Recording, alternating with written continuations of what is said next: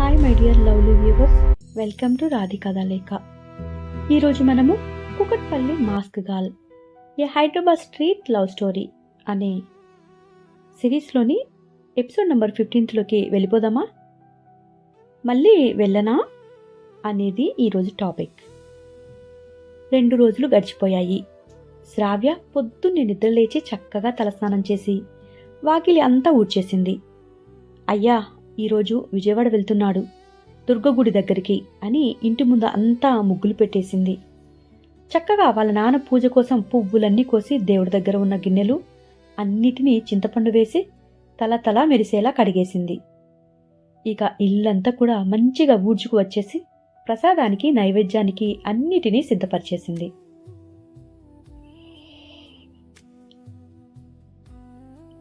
అప్పుడే సుందరి రంగా నిద్రలేచి రూమ్లో నుండి బయటకు వచ్చారు. రంగా ఇల్లంతా నీటిగా ఉండటం చూసి ఏమీ మాట్లాడకుండా మౌనంగా తను బాత్రూంలోకి నడిచాడు. సుందరి ఒళ్ళు విరుచుకుంటూ ఇల్లంతా నీటిగా సర్ది ఉండేసరికి, మహారాణి గారు లేచారా? అమ్మయ్యా, ఈరోజు నుండి నాకు ఇక దానికి అయ్యకి సేవలు చేసే బాధ తప్పిపోతుంది అనుకుంటూ, మహారాణి కొంచెం నాకు టీ పెట్టుకొస్తావా అని అడిగింది. అప్పుడే శ్రావ్య అక్కడికి వచ్చి, ఈరోజు నాన్న పూజకి వెళ్తున్నాడు కదా, స్నానం చేసి వచ్చాక తాగు అని చెప్పింది. సుందరి శ్రావ్య వైపు కోపంగా చూస్తూ, ఏంటే నాకే సలహాలు ఇస్తున్నావు? మీ అయ్య ఊరికి వెళ్తే నేనెందుకు పస్తులుండాలి అని అడిగింది కోపంగా శ్రావ్య వైపు చూస్తూ. అప్పుడే శ్రావ్య నాన్న ఇంటిలోకి రాగానే ఇక సుందరి మౌనంగా తన రూంలోకి వెళ్ళి చీర తుండు తీసుకొని స్నానానికి బయటికి వెళ్ళిపోయింది. తను అలా స్నానానికి బయటికి వెళ్ళగానే శ్రావ్య నాన్న ఏమీ మాట్లాడకుండా దేవుడి దగ్గరికి వెళ్ళి ఉన్న పూజలన్నిటితోటి పూజ సామానుతోటి శుభ్రంగా పూజలు చేసుకున్నాడు. శ్రావ్య తను వండిన నైవేద్యం కోసం పక్కకు పెట్టిన పులిహోర, పొంగలి, గారెలు, బూరెలు మరియు వాటితో పాటు మరొక 5 రకాల పిండి వంటలు చేసి మొత్తం 9 రకాలు నైవేద్యం తీసుకువచ్చి వాళ్ళ నాన్న ముందు పెట్టేసింది. తను ఏమీ మాట్లాడకుండా వాటన్నిటినీ పూజ ముందు పెట్టి పూజ చేసుకుంటూ కూర్చున్నాడు. ఇక సుందరి రంగా చక్కగా స్నానాలు చేసేసి వచ్చి దేవుడి పటాల దగ్గర దండం పెట్టుకుంటూ ఉన్నారు. ఇక వాళ్ళు అలా దండం పెట్టుకుంటూ ఉంటే సుందరి వాళ్ళ నాన్న హారతి ఇచ్చాడు వాళ్ళిద్దరికీ. అప్పుడే శ్రావ్య తను కూడా కళ్ళకద్దుకుందామని హారతి దగ్గరికి వచ్చింది. శ్రావ్య తండ్రి ఏమీ మాట్లాడకుండా హారతిని వెంటనే ఇక దేవుడి దగ్గర పెట్టేశాడు. శ్రావ్య వైపుకి తిప్పకుండా, శ్రావ్యకి ఆ హారతిని ఇవ్వకుండా. శ్రావ్య ముందుకు చాపిన చేతిని వెనక్కి తీసుకుని మౌనంగా 2 అడుగులు వెనక్కి వేసింది. అలా శ్రావ్య వెనక్కి వేసి నిలబడగానే ఇక శ్రావ్య తండ్రి దేవుడి దగ్గర పెట్టిన నైవేద్యాన్ని ప్రసాదంలాగా సుందరికి మరియు రంగకు పెట్టేశాడు. ఇక తను కూడా కొంచెం కళ్ళకద్దుకుని తినేశాడు. ఇక వాళ్ళందరూ భోజనానికి అన్నట్లుగా హాల్లోకి వచ్చి కింద కూర్చున్నారు బాసపట్ల వేసుకొని. శ్రావ్య ఇక వాళ్ళ ముగ్గురు అలా కూర్చొని ఉంటే ఏమీ మాట్లాడకుండా వారి ముగ్గురికి అన్నిటినీ మంచిగా వడ్డించి పెట్టింది. నువ్వు తిన్నావా, నువ్వు తింటావా అని వారి ముగ్గురిలో ఒక్కరు కూడా శ్రావ్యను అడిగిందే లేదు.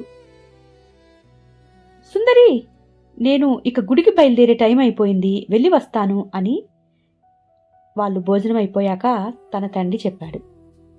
అతను బయలుదేరుతుంటే సుందరి హడావుడిగా వంటగదిలోకి వెళ్ళి వండిన పదార్థాలన్నీ ప్యాక్ చేసేసి శ్రావ్య తండ్రికి ఇచ్చింది. పెద్దయ్యా, వీటిని దారి మధ్యలో తినండి, మరలా మీకు ఆకలిస్తే బయట అక్కడ ఇక్కడ తింటం ఎందుకు అనింది. ఇక శ్రావ్య తండ్రి, సరే అమ్మా, నేను వెళ్ళి వస్తాను, మీరు జాగ్రత్త అంటూ బయలుదేరాడు. శ్రావ్య భోజనం చెయ్యాలి అని వంటగదిలోకి వెళ్తే అన్ని గిన్నెలు ఖాళీ అయ్యాయి. సుందరి సంతోషంగా చూసింది శ్రావ్య వైపు. ఈరోజు శ్రావ్య దీని కడుపు కాలాలి అనుకుంది. లేదంటే ఇన్ని రకాల పిండి వంటలు చేసి వాళ్ళ అయ్య ముందు ఈమె గొప్ప అని చెప్పుకుందామని కులికింది కదా, ఇప్పుడు చూస్తా దీనికి కడుపు మాడితే ఏం చేస్తుందో అనుకుంటూ అలాగే సోఫాలో కూర్చొని టీవీ చూస్తూ కూర్చునుంది, కాలు మీద కాలు వేసుకుని ఊపుకుంటూ. ఇక శ్రావ్య ఆ గిన్నెలన్నిటినీ బయట వేసుకుని ఇక గిన్నెలన్నీ కడుగుదాము అనుకుని గ్లాసు నిండా నీళ్లు తాగి బయటికి వచ్చి కూర్చుంది.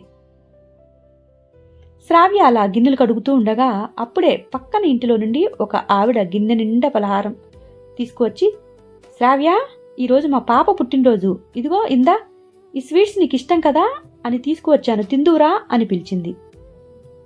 శ్రావ్య గిన్నెల దగ్గర నుండి చేతులు తుడుచుకుంటూ, అయ్యో పిన్ని, లోపలివ్వండి, నేను తర్వాత తింటాను కదా అని చెప్పింది.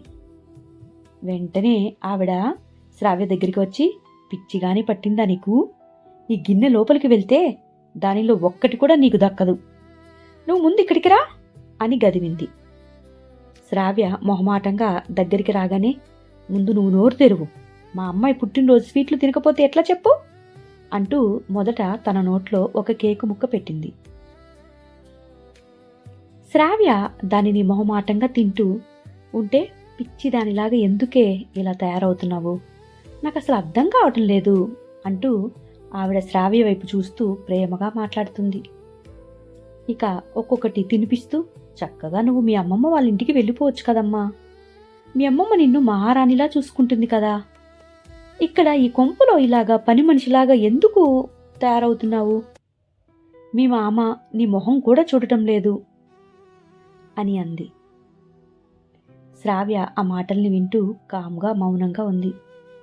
ఇక ఆవిడ మరలా, మీ అయ్యేమో నిన్ను అస్సలు కూతురులాగే అనుకోడు, ఇక నువ్వు ఇక్కడ దేనికోసం ఉంటున్నావో నాకైతే అర్థం కావటం లేదు శ్రావ్య అంటూ బలవంతంగా తను ఇక వద్దు అంటున్నా కూడా ఆమె తెచ్చిన గిన్నెలో అన్నీ శ్రావ్యకు చిన్నగా తినిపిస్తూ పెరట్లో ఉన్న సావిట్లో కూర్చొని ఉన్నారు ఇద్దరు.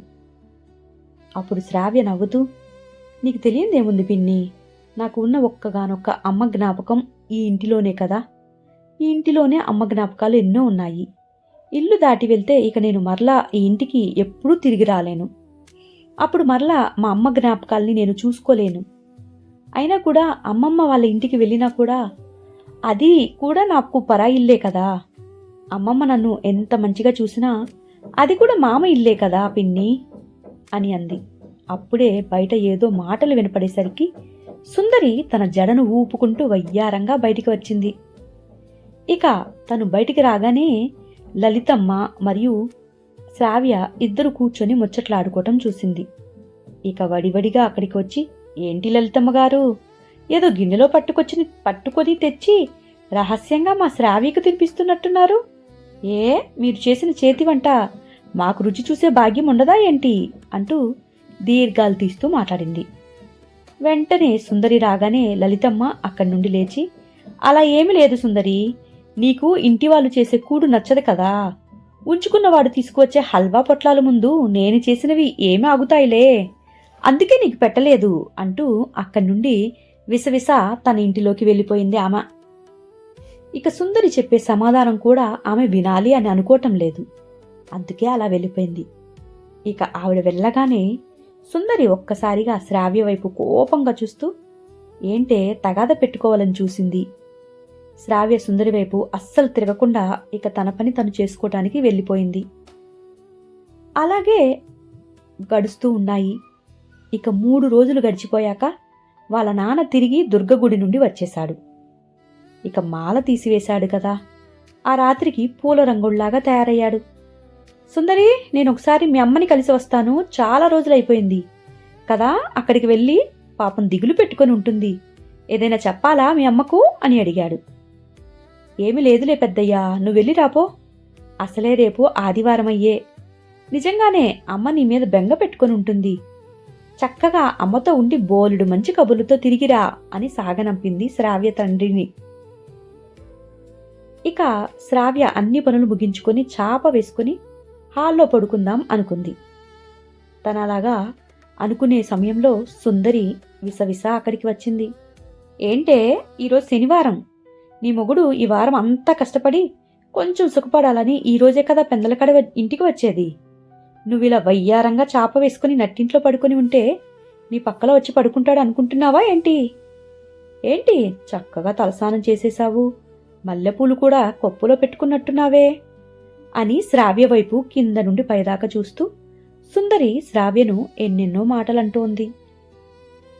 శ్రావ్య మౌనంగా ఉంది. ఈ రాత్రికి నాకు బదులు నీతో పంపమంటావా ఏంటి నీ మొగుణ్ణి అని శ్రావ్యను చడమడా నోటికొచ్చినట్లు మాట్లాడేస్తుంది సుందరి. శ్రావ్య అయినా కూడా ఒక్కసారిగా అక్కడి నుండి మాట్లాడకుండా చాప తీసివేసి బయట దొడ్డిలో వేసుకోవటానికి వెళ్ళబోయింది. ఏయ్ ఆగు, ఇన్ని రోజులు మీ అయ్య ఉన్నాడని ఆగాను. పోయిన వారం ఏదో వీరవనితలాగా ఇంట్లో నుండి వెళ్ళిపోయావు. నేను చెప్పిన సంగతి నీవు మర్చిపోతాననుకుంటున్నావా? నా మామ నీ మీద కన్ను పడింది మామకు. ఆ సంగతి నీ మొగుడికి తెలిస్తే నా మామ చెమడాలు ఒలుస్తాడు అని నేను ఇప్పటిదాకా గమ్ముగున్నాను. కాని నీకు చెప్పాను కదా, ఈ ఇంట్లో నువ్వు ఉండాలి అంటే నువ్వు ప్రతి శని ఆదివారాలు నా మామ దగ్గరికి వెళ్ళి పడుకోవాలి అని శ్రావ్యతో కోపంగా అరుస్తూ చెప్పింది సుందరి. ఆ మాటలు విన్న శ్రావ్య అస్సలు ఏమీ మాట్లాడకుండా మౌనంగా సుందరి వైపు చూడను కూడా చూడకుండా ముందుకు వెళ్తోంది. అలా శ్రావ్య ముందుకు వెళ్తూ ఉంటే వెంటనే సుందరి వచ్చి శ్రావ్య జుట్టు పట్టుకొని వెనక్కి లాగింది. ఏంటే, చెప్తుంది నీకు కాదా? నీకు ఎట్టి పరిస్థితిలో నీ మొగుడి పక్కన పడుకునే రాత అయితే ఈ జన్మలో ఉండదు. నీకు నా మామనే గతి. నువ్వు ఈ ఇంట్లో ఉండాలి అంటే నా మామ పక్కలో పడుకోవాల్సిందే, లేదంటే నా సంగతి తెలియదు నీకు ఇంకా అంటూ గట్టిగా శ్రావ్య జుట్టును పట్టుకుని మాట్లాడగానే ఒక్కసారిగా శ్రావ్య సుందరి చేతిని విదిలించి కొట్టేసింది. శ్రావ్య అలా విదిలించి కొట్టేసరికి సుందరి ఒక్క క్షణం షాక్ అయిపోయింది. శ్రావ్యను చూస్తూ నిలబడింది. ఏంటి అలా గుడ్లు మెటకలేసి చూస్తున్నావు? నీ మొగుడికి చెప్తావా వస్తే అని సుందరి శ్రావ్య వైపు చూసి అడిగింది. సరే చెప్పు, ఆ క్షణమే నేను కూడా ఈ ఇంటి నుండి వెళ్ళిపోతాను. అప్పుడు గాని నీ మొగుడు కాస్త ఏ నూతులోనో గోతులోనో దూకుతాడు. అప్పుడు నువ్వు ముండమోపుదువు గాని అని కోపంతో రెచ్చిపోతూ మాట్లాడుతోంది సుందరి. శ్రావ్య తను ఎన్ని మాటలైనా అన్నా కూడా అస్సలు ఏమీ మాట్లాడకుండా మౌనంగానే ఉంది. అలా మౌనంగా ఉంటే, సరే ఉండు ఉండు, ఇప్పుడు నా మామ వస్తున్నాడులే, ఈరోజు రాత్రికి నీ ఒంటి తీట కాస్త తీరిపోతోంది. అప్పుడేం చేస్తావు? గత్తి లేక వాడితోనే నువ్వు కాపురం చేస్తావు. ఈరోజు నీ కన్నరికం కాస్త నా మామ కౌగిలిలో తీరకపోతే ఇక నాకు కూడా వాడి గొడవ తప్పిపోతుంది అంటూ, ఇదిగో ఇందా ఈ చీర కట్టుకుని సిద్ధంగా ఉండు అంటూ లోపలికి వెళ్ళి ఒక చీర తెచ్చి శ్రావ్య చేతిలో పెట్టింది. అప్పుడే బయట నుండి రంగా బైక్ శబ్దం వినపడగానే ఇక సుందరి రంగాకు ఎదురు వెళ్ళింది. శ్రావ్యకు ఏమి చేయాలో అర్థం కాలేదు. ఆ చీరను అక్కడ పడేసి లోపలికి వెళ్ళి తన హ్యాండ్ బ్యాగ్ని తీసుకుని విసవిసా బయటికి నడిచింది. రంగా తొట్టి దగ్గర కాళ్ళు కడుక్కుంటూ బయటికి వెళ్తున్న శ్రావ్యను చూశాడు. ఏంటి, అది అమ్మ వాళ్ళ ఇంటికి వెళ్తోందా అని అడిగాడు శ్రావ్య వైపు చూస్తూ. అవునయ్యా, నేనే, ఈరోజు శనివారం కదా, నీతో కొంచెం మంచిగా గడుపుదామని మీ అమ్మకాడికి పంపిస్తున్నా. వద్దా? నీకు నాతోటి గడపాలని లేదా అంటూ వయ్యారాలు వలకపోస్తూ అడిగింది. సుందరి రంగకు తన నడుము కనపడేలాగా నిలబడుతూ. ఇక సుందరి అలా సుందరంగా నిలబడేసరికి ఈ రంగ చేతులను తుడుచుకుంటూ, ఎందుకు వద్దు సుందరి, నిన్ను కాదు అని నేనెప్పుడైనా అన్నానా? ప్రతిరోజు రోజుకి నీలో నేను ఉండిపోవటానికి సిద్ధమే. సరేరా, బాగా ఆకలేస్తోంది, ఆ ఆకలితో పాటు నా ఒంటి ఆకలి కూడా తీర్చుదు గాని అని అన్నాడు రంగా సుందరికి దాసోహమైపోయిన వాడిలాగా. సుందరి ఇక రంగవైపు లోపలికి వెళ్తూ నవ్వుకుంటూ వెళ్ళిపోయింది. హాయ్ గైస్, ఈ రోజుతోటి 15వ ఎపిసోడ్ ఇక్కడితోటి ముగిసిపోయింది. ఇక బయటకు వెళ్ళిన శ్రావ్య మళ్ళీ కుక్కటిపల్లికి వెళ్తోందా? మరి శ్రావ్య వెళ్తోంది సరే, అక్కడికి అర్జున్ వస్తాడా? అర్జున్ వస్తాడా లేదా అనేది నెక్స్ట్ ఎపిసోడ్ కోసం ఎదురు చూడండి. మరి 2వ రాత్రి శ్రావ్య మరియు అర్జున్ కలవబోతున్నారా లేదా అనేది. థ్యాంక్ యూ గైస్, ఇప్పటి వరకు నా ఛానల్ని సపోర్ట్ చేస్తున్న మీకు ఇక మీదటి కూడా మీ సపోర్ట్ ఇలాగే ఉంటుంది అనుకుంటున్నాను. మీరు నా ఛానల్ని లైక్ చేసి కామెంట్ చేసి షేర్ చేయండి. ఇది ప్రతిరోజు చెప్తున్నాను, కానీ మీరైతే చేయటం లేదు. ఓకే గైస్, తిరిగి రేపటి ఎపిసోడ్లో కలుద్దాం. ఉంటాను, బాయ్.